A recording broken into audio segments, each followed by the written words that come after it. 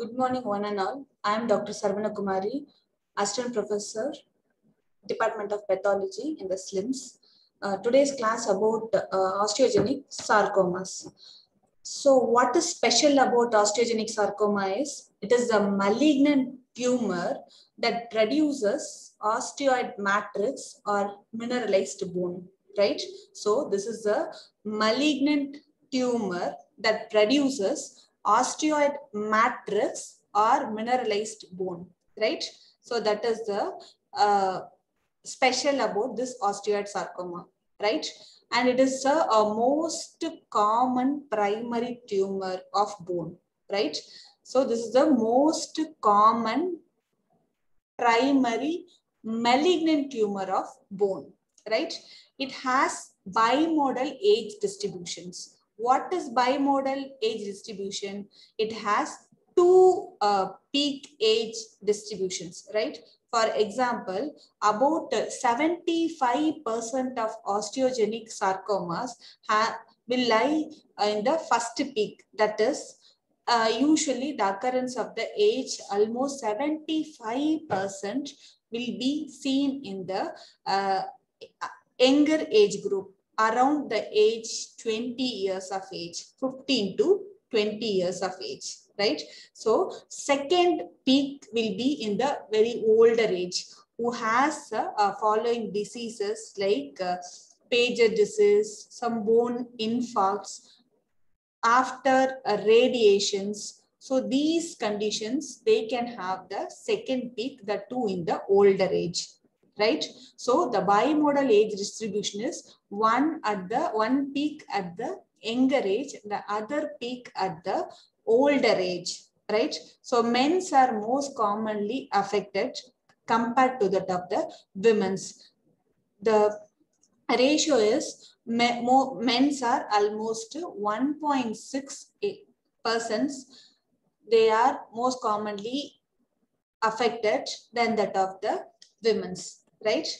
The sites, the most common sites are usually these osteogenic sarcomas are common at the metaphyseal regions. That too, metaphyseal region of the distal femur and proximal tibia. So this is the most common site of osteogenic sarcomas. So the most common site of osteogenic sarcoma are metaphyseal region of distal femur and the proximal tibias. And in the decreasing order of frequencies, about 60% of the osteogenic sarcomas occurs around the knee joints, right? Around the knee joint is lower end of the femur and upper end of the tibia, right? And around the pelvis and the upper end of the humerus, that are also hip joint, 15% of the osteogenic sarcomas will be in the pelvis and upper end of the femurs. About 10% of the osteogenic sarcomas occur in the upper end of the humerus. It can also occur in the jaw bones, vertebra, skulls, and rarely it can be seen in the extraskeletal soft tissues also, right? So these are the various sites of osteogenic sarcomas. I'm repeating again, the most common sites of osteogenic sarcoma is metaphyseal region of distal end of the femur and the tibia, right? And it has a decreasing frequency of occurrence in about 60% in the lower end of the femur and upper end of the tibias, 10% around the hip joint, that is in the pelvis and also in the upper end of the femur, about 10% in the upper end of the humerus, right? It also can occur in the jaw bones, vertebra, skull. Very rarely it can seen in the extraskeletal soft tissues, right? So this osteogenic sarcomas, they have done various molecular studies to find the primary cause of the osteogenic sarcomas. So they found in the molecular studies various mutations in the tumor suppressors and the oncogenes, right? They found various mutations and the in the tumor suppressors and oncogenes in the osteogenic sarcoma. Let us see what is that. So retinoblastoma genes, right? These retinoblastoma genes are the regulators of the cell cycles, right? If any germline mutation in the retinoblastoma gene, it leads to 1,000-fold increase in the risk of osteogenic sarcoma, right?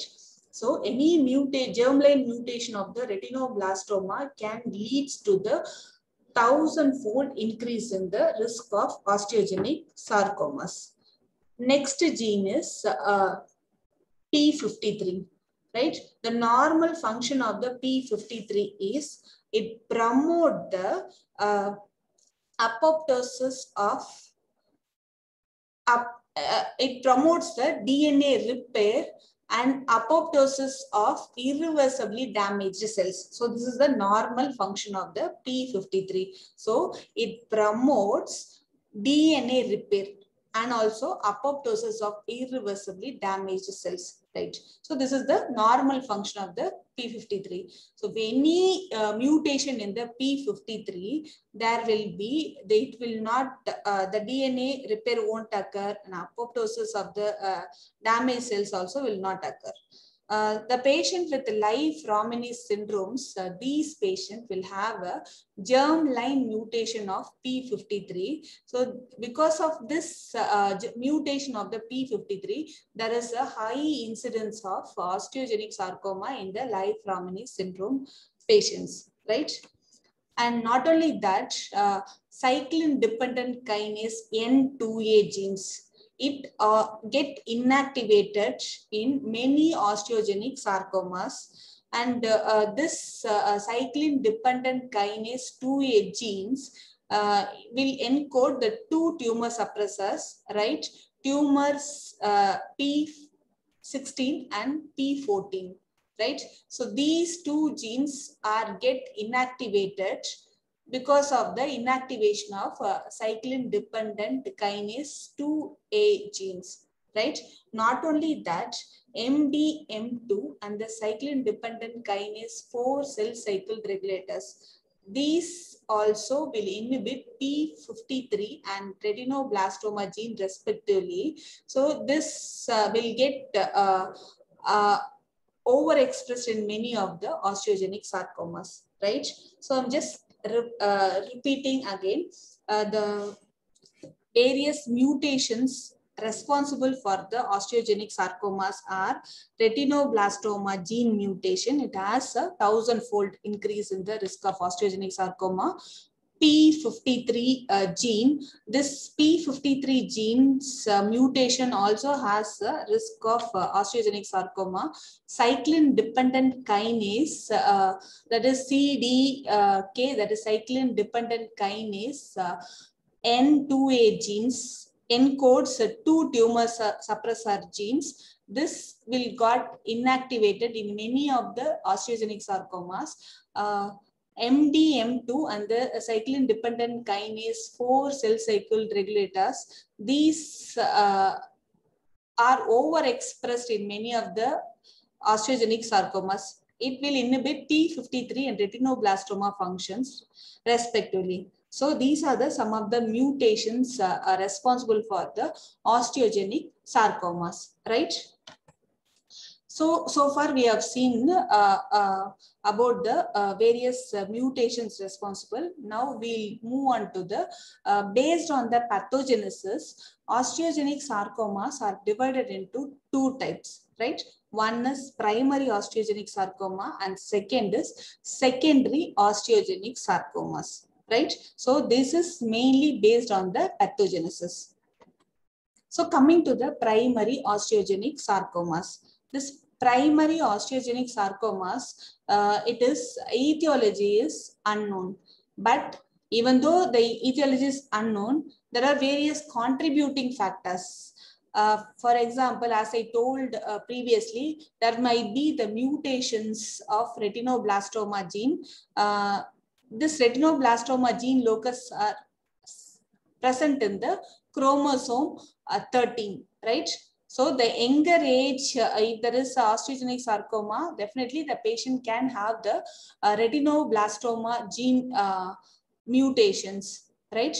And not only that, the tumors P53 tumor suppressor gene mutation can contribute osteogenic sarcomas. Overexpression of MDM2 genes, mutation of the cyclin dependent D1, cyclin dependent kinase 4, P14, all those expressions can lead to the osteogenic sarcomas, right? Even environmental factors like radiations, oncogenic viruses can contribute etiology for the primary osteogenic sarcomas, right? So even though it is the primary osteogenic sarcomas etiology is unknown, the various contributing factors are mutation in the chromosome 13 responsible for the mutation of the retinoblastoma locus and mutation in the P53s and various other mutations, even the environmental factors responsible for the primary osteogenic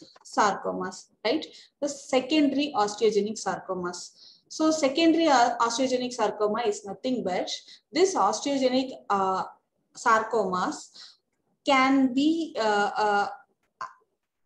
following the pre-existing bone diseases, right? The patient with the pre-existing bone diseases, like the patient can be having Paget disease of the bone, fibrous dysplasias, multiple osteochondromas, chronic osteomyelitis, infarct, and fractures. So the patient with the following pre-existing bone lesions can have the osteogenic sarcoma. This is called as a secondary osteogenic sarcomas because these patients are having the osteogenic sarcoma secondary to these kind of diseases. This secondary osteogenic sarcoma compared to the primary, it is more aggressive because already the patient is having disease. On top of that, it is having the secondary osteogenic sarcoma. So it will be obviously, it will be more aggressive, right? And coming to the based on the location. So far we have seen based on the pathogenesis, primary and the secondary. Now based on the locations within the bones, right? Based on the location, it can be categorized into two types. That is a central or medullary osteogenic sarcomas. Second is surface osteogenic sarcomas. And this surface osteogenic sarcomas are again categorized into parosteal and the periosteal osteogenic sarcomas, right? Let us see in detail about the central or medullary osteogenic sarcomas, right? This is the most common and it's a classic type of osteogenic sarcoma, right? This is the most common and the classic type of osteogenic sarcomas. It occurs almost 10 to 20 years of age, right? The males are most commonly affected compared to that of the females, right? Grossly, these tumors are bulky tumors and they will be a gray-white in color with areas of hemorrhage and cystic degeneration, and it is gritty to cut, right? So grossly, the tumors are bulky tumors, gray white with areas of hemorrhage and cystic degenerations and gritty to cut. The tumors destroy the surrounding cortex and produces the soft tissue masses, right? So the tumors frequently destroy surrounding cortexes and it will produce as a soft tissue mass, right? And this tumors not only destroy the surrounding cortex, it may spread into the medullary canals and it will replaces the entire marrow into the tumor mass, right? And this can penetrate frequently into the epiphyseal plate and following that it entered the joints, right? So these are some of the gross features we are supposed to know. So this osteogenic sarcomas are bulky tumors gray-white in color with areas of hemorrhage and the cystic degenerations, and it has a gritty to cut, right? And it may destroy the surrounding cortex and produces the soft tissue masses, and it also frequently penetrate the epiphyseal plate and enter the joints and spread extensively into the medullary canal and infiltrating, replacing the bone marrows, right? If you are seeing this, this is the lower end of the femur. This is the bone medulla. Here, the entire cortex is destroyed and become a soft tissue mass, right? Now, if you are seeing, the cortex is enlarged with the areas of hemorrhage and the necrosis, right? And this is the one more picture. You can see there is a periosteal elevation. This is a Codman's triangle, and there is the entire bone shows the tumor. There is a replacement of the bone marrow by the tumor cells. So far we have seen the gross. Now we'll move on to the microscopy of the osteogenic sarcoma, right? And as I told, this is the bone forming tumors, right? Here, there is a formation of the osteoid matrix or the mineralized bone can be seen. And this is the most diagnostic feature of the osteogenic sarcomas, right? And this neoplastic bone will be having the morphologic appearance of, it will be fine lace-like configurations, right? So these tumors are fine lace-like configurations, get deposited in the broad sheets or as a primary tuberculous, right? So you will be having fine lace-like configurations will be there and got deposited in the like a sheets, or it can be like a primitive tuberculous. You should remember this fine lace-like configuration of the bone, neoplastic bones. So we have seen the bone. Next, we'll move on to the tumor cells. This tumor cells shows pleomorphism. Pleomorphism is nothing but there is a variation in the size and the shape, right? A variation in the size and the shape, and will be having a large hyperchromatic nuclei will be seen there. And these tumor cells are a bizarre tumor giant cells with areas of vascular invasion and necrosis are seen in the microscopy of osteogenic sarcomas. So we'll be noticing tumor cells of variation in the size and the shape with the large hyperchromatic nuclei, bizarre tumor giant cells, vascular invasion, areas of necrosis. And along with that, since the tumor is a highly proliferating tumors, it has a high mitotic index. Even an abnormal mitotic figures like a tripolar mitosis also can be seen in the osteogenic sarcoma, right? So if you are seeing this picture, this is the high power image of the osteogenic sarcoma. Here it is a bone formation. This pinkish thing is bone, and this bone is a lace-like configurations, right?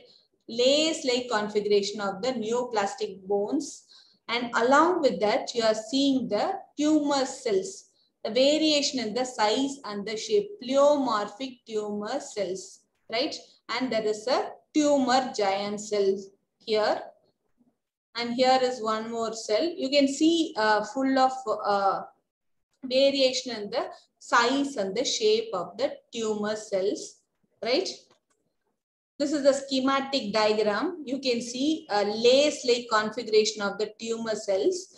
And this is the sarcomatous round to oval cells. And if you see here, this is the tumor giant cell. Within one cell, there is so many nuclei there. So you can see tumor giant cells and the pleomorphic tumor cells along with the mitotic figures, right? This is how you are supposed to remember the osteogenic sarcoma, right? And so far we have seen the classic type of osteogenic sarcoma. Now we'll move on to the surface osteogenic sarcomas, right? About 5% of the osteogenic sarcoma will be occurring on the surface of the bone. That is, almost 90% will be in the classic or medullary type. Almost 5% can be in the surface osteogenic sarcomas, right? And these tumors are the slow growing tumors, and it has two variants. One is parosteal and the periosteal. Now we see about the parosteal osteogenic sarcoma. It is otherwise called as a juxtacortical osteogenic sarcoma. It is an uncommon form of osteogenic sarcoma. Just for your completion sake of the osteogenic sarcoma, I'm just going into the detail about the parosteal and periosteal osteogenic sarcomas. These osteogenic parosteal or juxtacortical osteogenic sarcomas origin is from the metaphysis on the external surface of the bone, right? So it arises from the metaphysis on the external surface of the bones. That is, juxtacortical is in the outer to the cortex, right? And it will be, it has to be distinguished from the, why do you want to know why it has to be distinguished means, these parosteal osteogenic sarcomas has a better prognosis, and the differentiation, it has a different presentation also, right? So we have to differentiate between the medullary and the parosteal osteogenic sarcomas, right?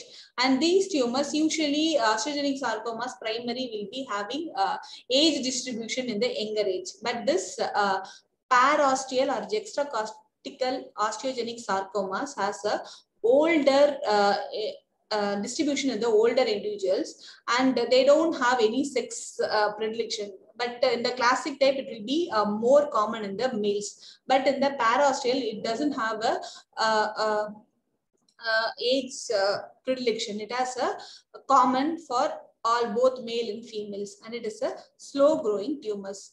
The most common location is a metaphyseal bone of the long bones, a lower end of the femur and upper end of the humerus. X-ray wise, it appears as a dense bony mass attached to the lower end of the cortex of affected bones, right? And the tumors are grossly, it is a well circumscribed lobulated mass that occurs in the subperiosteal location, right? Beyond the cortex, in the subperiosteal locations. And coming to the microscopy, it has, as I told previously, it is a well differentiated tumor. So the bone trabeculae formed here also will be well-formed bony trabeculae along with the sarcomatous stromas, that is in the same like the classic or medullary osteogenic sarcomas. The tumor cells will be round to oval, pleomorphism, everything will be there, but the neoplastic bone formation will be a well-formed bony trabeculus. And this parosteal will be having a better prognosis compared to that of the medullary osteogenic sarcomas. Coming to the periosteal osteogenic sarcomas. Periosteal osteogenic sarcoma, it is a rare form of osteogenic sarcomas, and these osteogenic sarcomas arises between the cortex and the overlying periosteum, right? This tumors arises between the cortex and the periosteum, but this parosteal will be having the site in the subperiosteum. But here, this periosteal arises between the cortex and the overlying periosteum, right? The most common location in the diaphysis, but there it is everything, everywhere it is a metaphysis, but periosteal in the diaphyseal region of the bone. And coming to the microscopy, it has a cartilaginous differentiation, right? Along with the sarcomatous element. Here, instead of bony lace like, you will be having the cartilaginous differentiation, and it will show a high degree of anaplasia will be there. Because of the high degree, it has a somewhat, it is a poor prognosis, right? So far we have seen based on the location, it is categorized into central or medullary osteogenic sarcomas. Next is surface. Surface, it is classified into periosteal and parosteal. Right now, we'll move on to the clinical course of the osteogenic sarcomas. The clinical course will be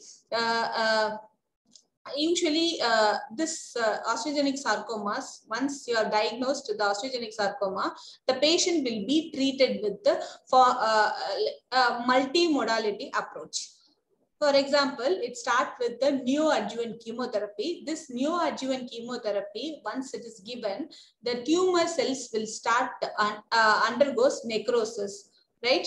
And there is a reduction in the tumor.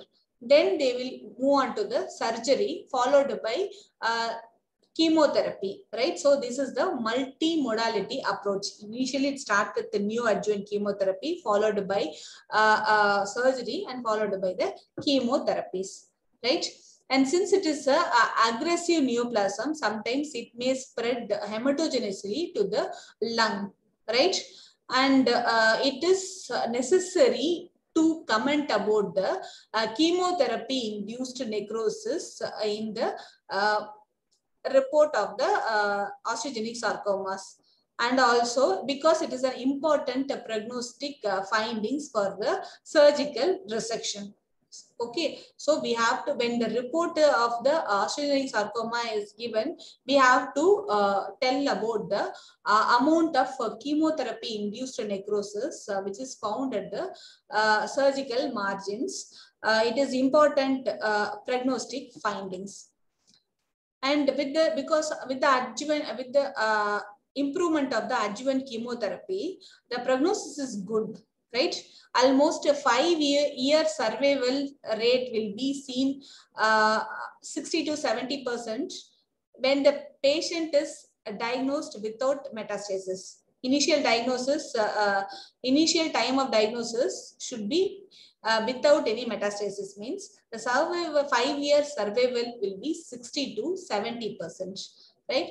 But at the time of diagnosis itself, the patient has a metastasis, then the prognosis will be poor, and even there may be chance of recurrence of the diseases. So this in the osteogenic sarcomas. I'm just giving a quick review of the osteogenic sarcomas. The points to be remembered. Osteogenic sarcomas are the bone-forming tumor. It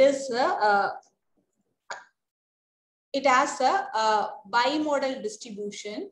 One peak at the younger age, another peak with the older age with the diseases like Paget's disease.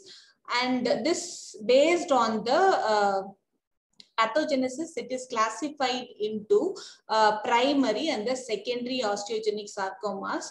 Various mutations responsible for the primary osteogenic sarcomas are retinoblastoma gene, P53 genes, and also a cyclin-dependent kinase genes. So these are some of the gene mutations. Not only that, there may be environmental influences like radiations, oncogenic virus also responsible for the primary osteogenic sarcomas, and the secondary osteogenic sarcomas, those with diseases like Paget disease, multiple osteochondromas, and bony infarcts, chronic osteomyelitis will have this secondary osteogenic sarcoma. This has poor prognosis, right? Based on the pathogenesis we have seen, based on the locations, it can be central or the surface. Central tumors are the most common, and periosteal and parosteal are some of the variant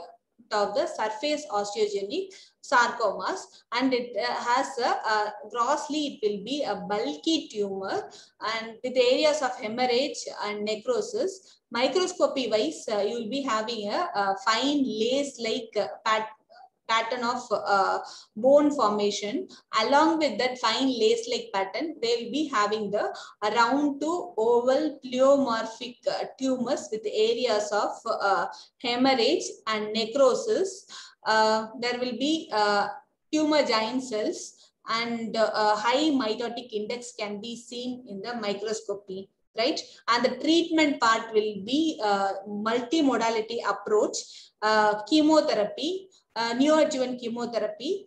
Because of the neoadjuvant chemotherapy, the size of the tumor will be reduced, and the tumor cells undergoes necrosis, and this has to be commented because it is an important prognostic factors, followed by surgery and chemotherapies. 5-year survival rate will be 60 to 70% if the tumor is identified at the initial point without metastasis, and if with metastasis the prognosis will be poor. There may be chance of recurrence of the diseases. Hope so you understood everything about the osteogenic sarcomas. Thank you.